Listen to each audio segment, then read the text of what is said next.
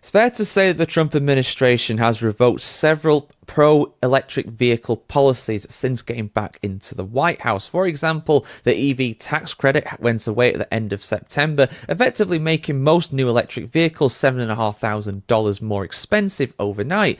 Also, California's efforts to invoke a new gasoline car sale ban in 2035 has been blocked by the central government. I'm not saying it's wrong, I'm not saying it's right, I'm just saying that's what's been happening. Now, though, things may go even further because the federal government might revoke a $1.1 billion award to two of Detroit's big three, General Motors and Stellantis. This award was going to be towards electric vehicle production as well.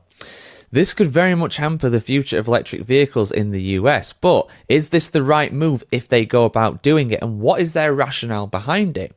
Let's have a look at the full story here, guys, as always. So the transition towards producing electric vehicles is not a cheap one. All of these automakers, with the exception of relatively new ones like Tesla and Rivian, all of them have a storied history when it comes to internal combustion power. Now, they have a lot of facilities. They have factories in the United States. They have factories in Mexico, in Canada, in other countries as well. They are all around the world. They have a lot of facilities, and a lot of these facilities can be repurposed in order to actually make electric vehicles instead. Maybe not entirely, maybe only partly. Compare it to when you think, the easiest way to think about it basically is how much would it cost to make an extension for your house. Turn it into a 4-bedroom house, whereas before it was a 3-bedroom house. Let's just say, for argument's sake, it costs $20,000 to do that. I'm just plucking a figure out of the air there.